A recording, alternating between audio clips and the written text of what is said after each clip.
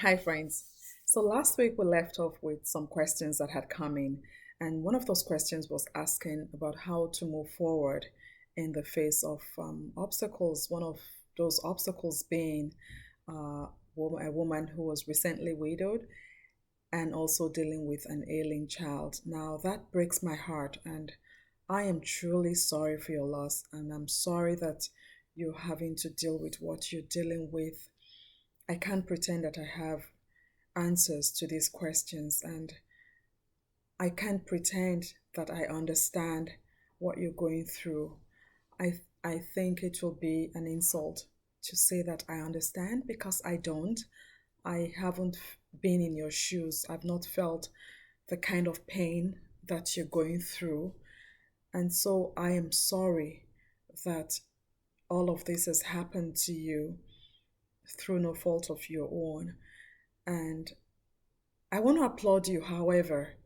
I want to applaud you for asking questions, for speaking up.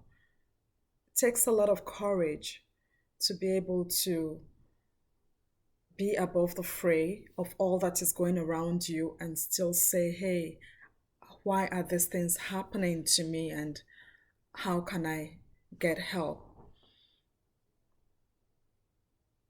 I am glad that the determination of your child's illness to terminally ill is not conclusive because that gives me hope, and I hope it does give you hope too. So I am praying, and I know that people that are watching this are praying along with me and yourself that the medical testing that your child is going through will prove negative and that your child will not be found terminally ill so that appropriate medical help can treatment can be given to your child.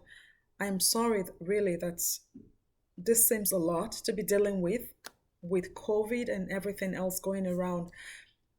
But again, I just want to encourage you to keep doing what you're doing, to keep seeking for help, to keep speaking up, and to keep surrounding yourself with people who can help you, who can support you and encourage you.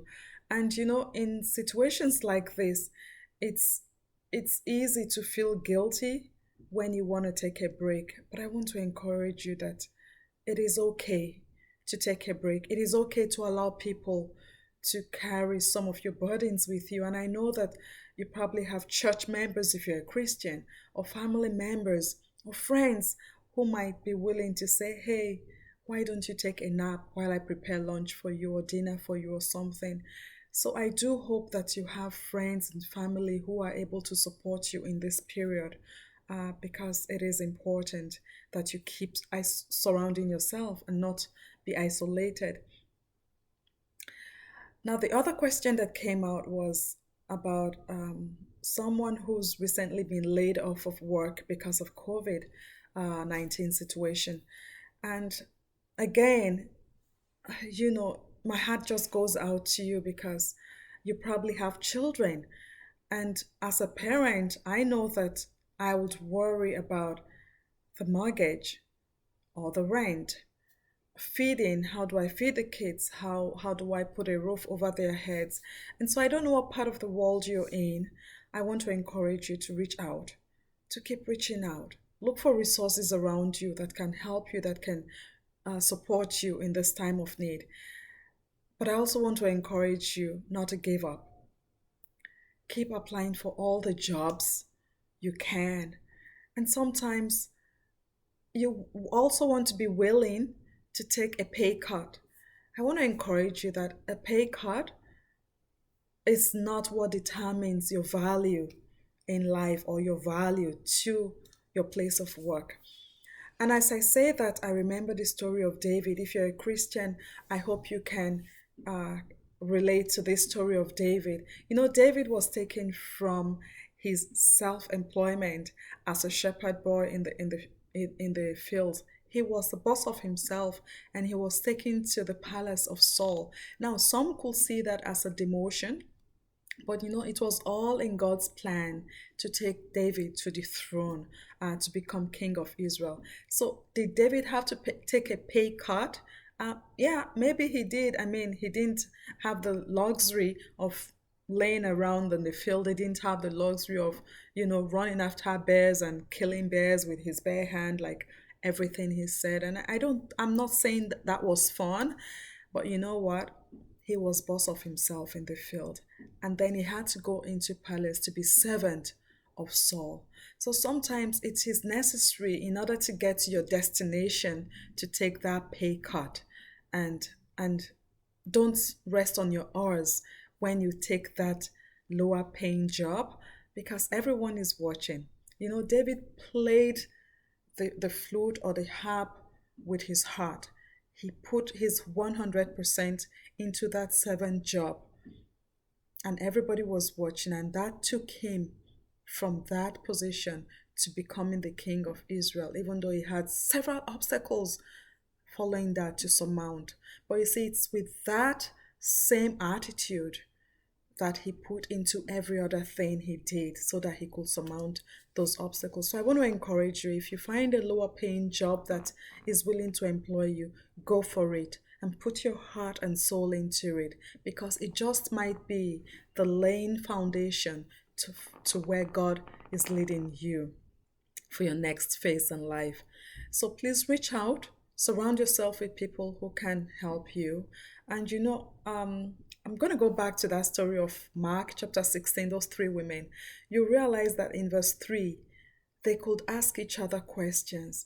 Now, I know that if it was just the one woman, it will be silly to ask yourself questions because you're probably waiting for an answer somewhere. But you see, when you're together and you ask questions that have no answers, it doesn't seem silly because everyone is pondering the same thing, and everybody is going to pull their resources together to be able to move ahead. And so these three women were asking, how do we roll the stone away from the mouth of the grave?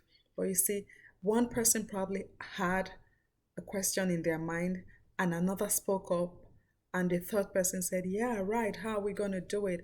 The importance of that lesson for me is to surround yourself with people who share your vision, who can encourage you, and whom you can, take bad ideas back and forth with. They will support you. They will keep cheering you on. So please keep surrounding yourself with people who share your vision. These women all had one vision. They were going to embalm Jesus Christ, whom they believed was in the tomb. And so it's important to keep surrounding yourself with people who share your vision, who can support you in that vision. So before I close today, I just want to say that last week, many people have said obstacles come in different shapes and forms. All the obstacles you face in one part of the world is not the same as you face in another part of the world. That might be true, but this is what I do know of obstacles. Obstacles don't come labeled as obstacles for children, for adults, for men, for women. Obstacles are all a matter of your perception and my perception. It doesn't deny the fact that obstacles will always be there. It is how you perceive that obstacle that makes a difference. What do you see? What would you do with what you are seeing? You see, if you make up your mind that you will not surmount an obstacle, chances are that you've already lost that battle in your mind, and you might not be able to find resources. You're not willing to put yourself out there to surmount that obstacle. But if in your mind this is an obstacle that needs to be surmounted in order for you to get ahead, to keep moving forward, then chances are that you will go all out to find resources and help and support to help you surmount that obstacle. So today I want to encourage you to resolve to not view every struggle as an insurmountable obstacle. I want to ask you to resolve to surround yourself with people who encourage you, who support you in the vision that God has given you. I want to encourage you that no matter the obstacle that you're facing, that you will resolve to keep moving ahead. Know that you're very much loved. I hope to see you again next week if God wills. God bless you. Bye now.